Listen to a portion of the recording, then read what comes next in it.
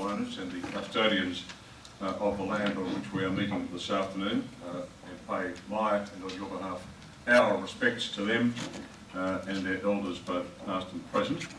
I also have a long list of important people who are here, and I'm going to go through it relatively quickly, but it's appropriate to acknowledge all of the following people who are with us for this luncheon. Adam Baxter from AMOS, Head of Strategic Communications. Ali Gungor, CEO of the Semilia Foundation. Amanda Paxton, Department of Immigration and Border Protection. She's the State Director and Global Manager of part of that organisation, as I understand it. Behan Ahmed, who I know, Chairman of the African think tank. Behan is here. Bekim Hassani, the Imam, Australian Albanian Islamic Society. Perhaps the Albanian Australian Islamic Society is the correct description. She's an apology. Gary Boomer, Monash University. He's the Chair in Interreligious and Intercultural Relations, Asia Pacific. He's the UNESCO Chair at Monash.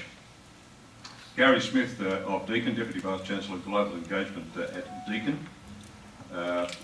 Gillian Triggs, who's our guest, our special guest this afternoon, will be introduced a little later. She's the President, of course, of the Australian Human Rights Commission, so special welcome to her. Grant Poulter, Cricket Australia, Government and Community Relations Manager of Cricket Australia. Serena Duff, Director Community Pillar of the Asylum Seeker Resource Centre. Sharon Garrick, or Garring, I beg your pardon, who's a representative of the Women with Disabilities Victoria organisation. Stephen Walsh, everybody else here to this AIS lunch. They're very enjoyable events, and you're very warmly welcome. I won't spend much longer, but I'll just give you a quick background, those of you that don't know it. Some of you have heard it, but it's important to reflect on what the organisation does. It's a not-for-profit organisation, been operating in Melbourne since 2000, and has the aim of promoting multiculturalism and fostering intercultural and interfaith dialogue. The AIS believes in reaching out to all members of society by providing a platform for cultural and information exchange, and does that actively and regularly, and these lunches are part of that. Since its establishment, the AIS has organised study tours, academic conferences, cultural exhibitions, Ramadan iftar dinners, and I've been to a number of those. They're a wonderful event, a very important event, and government-sponsored projects, amongst other things. And each of these kinds of events provides very good networking opportunities, and also is culturally enriching and highly educational, particularly for people like myself that until a number of years ago hadn't had the experience, for example, of participating in an iftar dinner.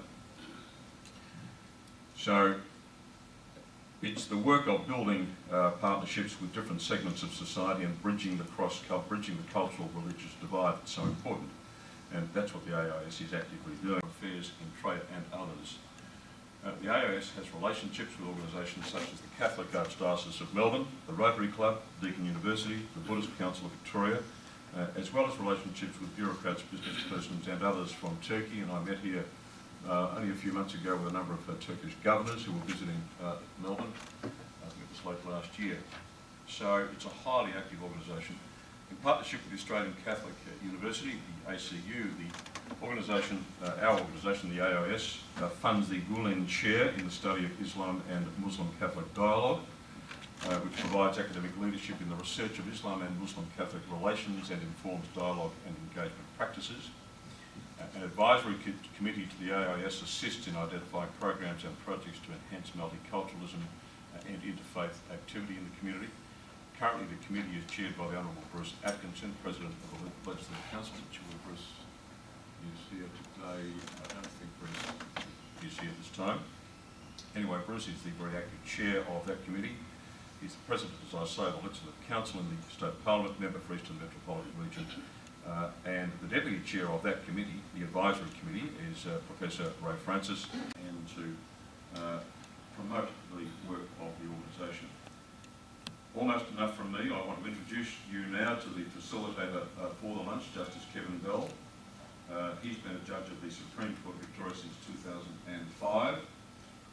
From 1985, he practised as a barrister at the Victorian Bar. He was appointed a Queen's Counsel in 1997. He He's a former president, I should say, of the Victorian Civil and Military Tribunal, VCAT.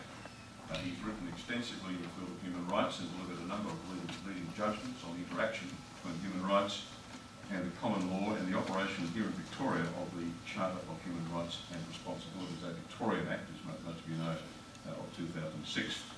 He's got an eminent man with a distinguished career and a passionate and active lawyer. I remember him long ago, known him for a long, long time, as precisely that, an excellent lawyer and a passionate and active promoter of human rights.